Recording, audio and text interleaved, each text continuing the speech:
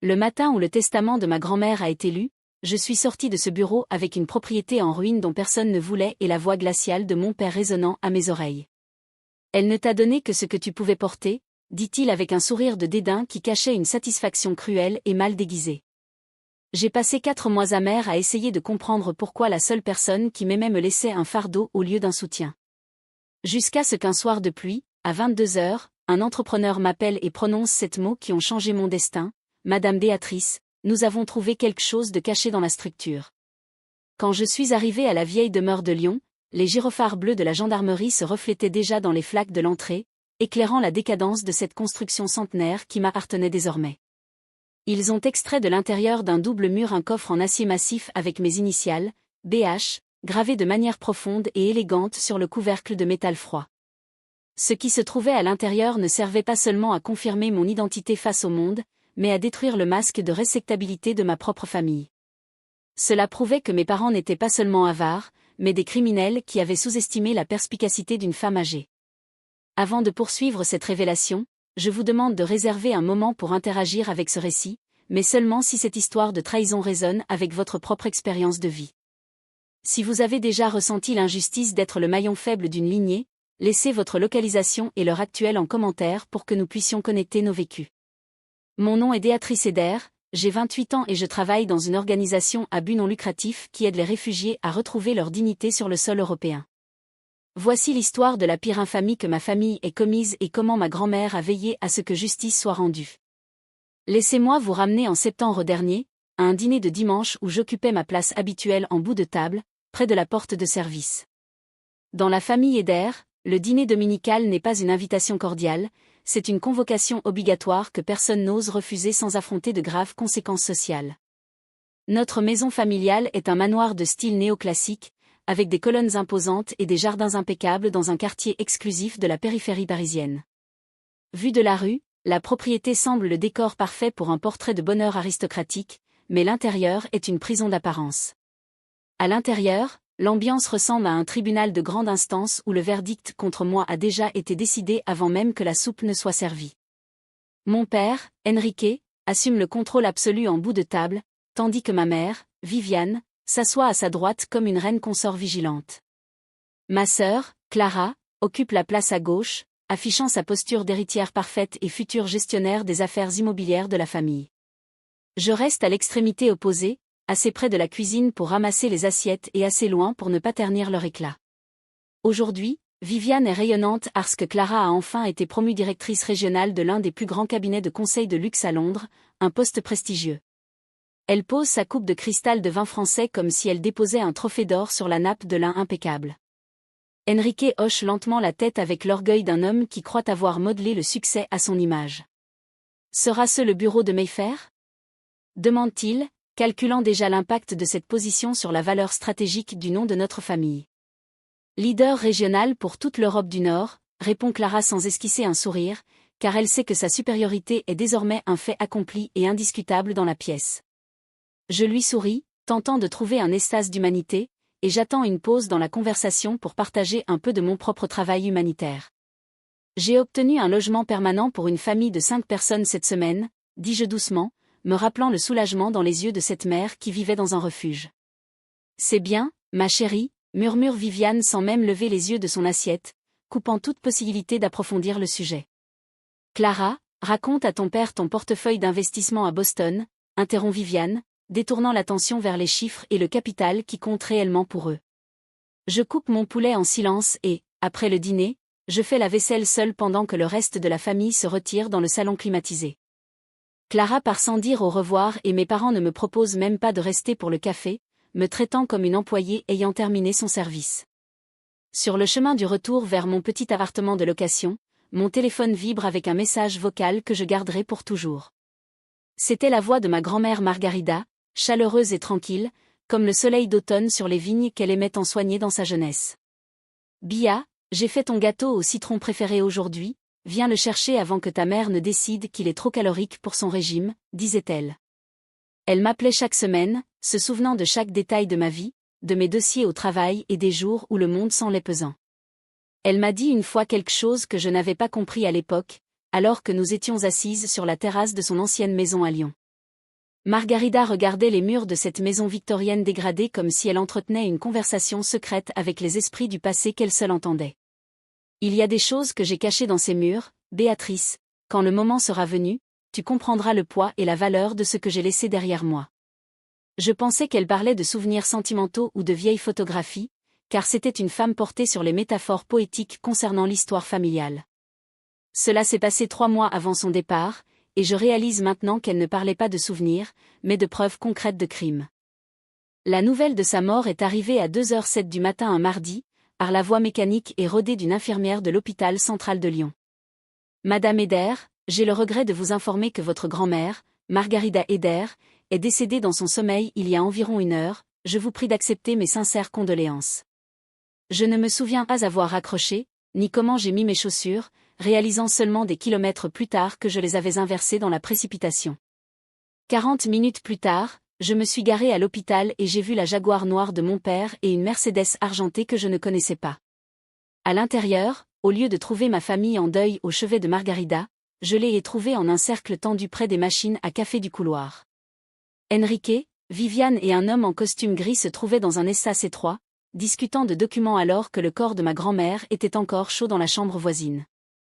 L'homme tenait une sacoche en cuir et mon père hochait la tête de manière pragmatique, tandis que Clara manipulait son téléphone, les yeux secs. Personne ne m'a vu passer, je suis entrée seule dans la chambre pour dire au revoir à la seule femme qui m'ait vraiment considérée comme un être humain. Grand-mère Margarida s'enlait en paix, les mains croisées sur la poitrine et le moniteur cardiaque éteint, laissant un silence qui semblait accueillir mon immense douleur. À son poignet, elle portait toujours le bracelet en argent fin et usé qu'elle n'avait jamais quitté pendant 40 ans, symbole d'une promesse ancienne et mystérieuse. J'ai refermé délicatement ma main sur la sienne et j'ai senti le métal froid, décidant que je ne la laisserais pas partir sans emporter quelque chose qui lui appartenait véritablement. Quand je suis revenue dans le couloir, Enrique boutonnait sa veste et a dit « Nous devrons discuter de l'héritage bientôt », sans même me toucher l'épaule. Viviane a simplement ajusté son écharpe en soie en murmurant que grand-mère était déjà âgée et que c'était le cycle naturel de la vie, se concentrant sur la suite. J'ai regardé l'homme en costume gris, un avocat nommé Philippe Brandao, qui évitait mon regard tout en rangeant des papiers qui semblaient d'une extrême urgence légale. J'ai demandé à l'infirmière de garder le bracelet et Viviane, avec un regard de dédain, a dit que je pouvais le prendre car ce n'était que de la main d'autrice sans valeur commerciale. J'ai glissé l'objet dans ma poche et senti la chaleur du métal contre ma paume, comme si l'essence de ma grand-mère était encore là pour me guider.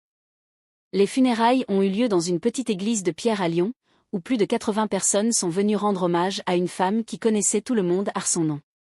Enrique a fait l'éloge funèbre d'une voix ferme et étudiée, parlant de loyauté et d'héritage pendant que je comptais les mensonges qui sortaient de sa bouche à l'autel. Il n'avait rendu visite à ma grand-mère que 2 fois ces 2 dernières années et, à chaque occasion, il était reparti en moins d'1 heure en se plaignant de l'odeur de moisi. Après la cérémonie, une amie de longue date de mamie, prénommée Adélaïde, m'a tiré dans un coin et a chuchoté que Margarida avait pris des précautions.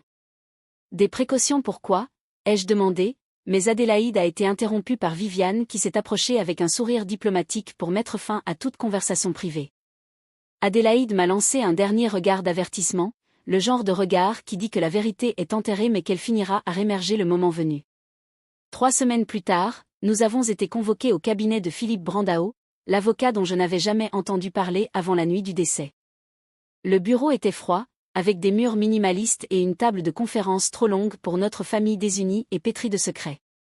Brandao a lu le testament avec une indifférence professionnelle, pour Enrique et Viviane, le contrôle d'un fonds fiduciaire évalué à environ 1,8 million d'euros et des actifs liquides. Pour Clara, la résidence principale à Paris et le portefeuille d'investissements immobiliers, garantissant son avenir dans l'élite financière européenne et mondiale.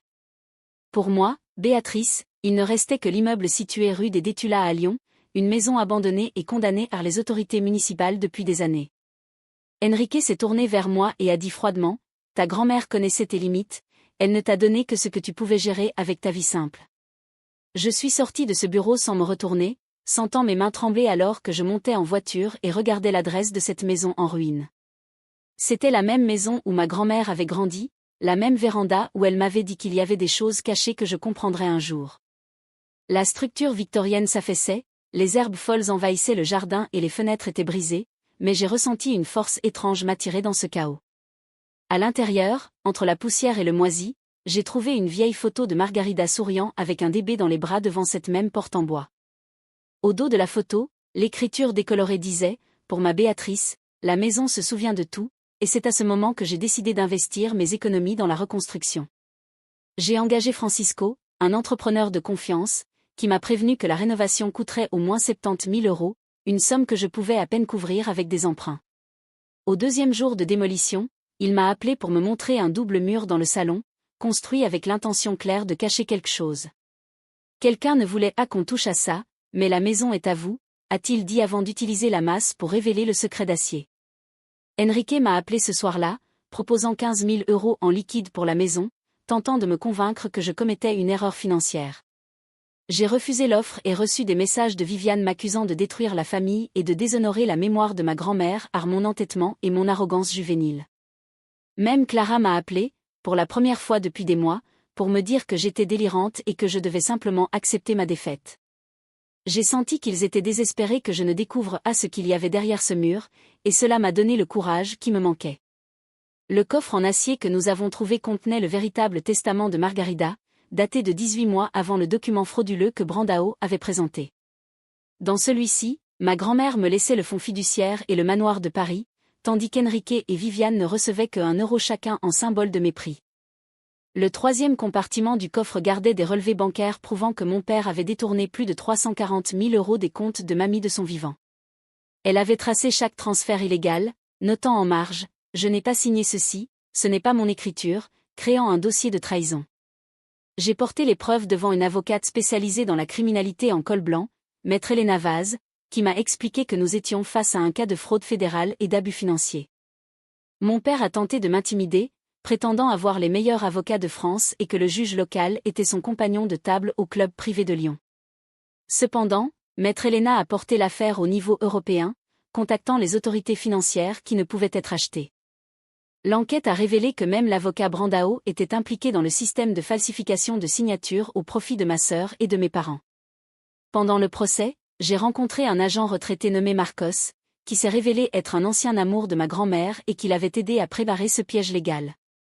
Il m'a regardé les yeux embués et a dit « Tu as les yeux de Margarida, elle savait que tu serais la seule à avoir assez d'intégrité pour mener cette bataille. » Ma famille a tenté de me détruire publiquement dans la presse locale, me dépeignant comme une fille ingrate et cupide profitant de la mort d'une vieille dame. Mais la vérité, tout comme le coffre en acier, était indestructible et sur le point d'éclater au grand jour. Aujourd'hui, la maison de la rue des Détulas est rénovée et sert de siège à ma fondation, financée par le fonds fiduciaire que la justice a finalement remis entre de bonnes mains. Mon père et ma mère font face à des peines de prison pour fraude et falsification, tandis que Clara a perdu son poste prestigieux suite au scandale ayant entaché le nom Eder. J'ai récupéré le bracelet en argent, dont j'ai découvert qu'il possédait un compartiment secret avec la clé d'un coffre dans une banque suisse, contenant encore plus de preuves. La justice a mis du temps, mais grand-mère Margarida a veillé à ce que chaque euro détourné soit comptabilisé et que sa véritable héritière soit enfin respectée. Si vous découvriez que tout votre héritage et votre stabilité avaient été bâtis sur un mensonge criminel de vos propres parents, auriez-vous le courage de les dénoncer aux autorités ou protégeriez-vous le nom de la famille en échange de millions d'euros sur votre compte bancaire ?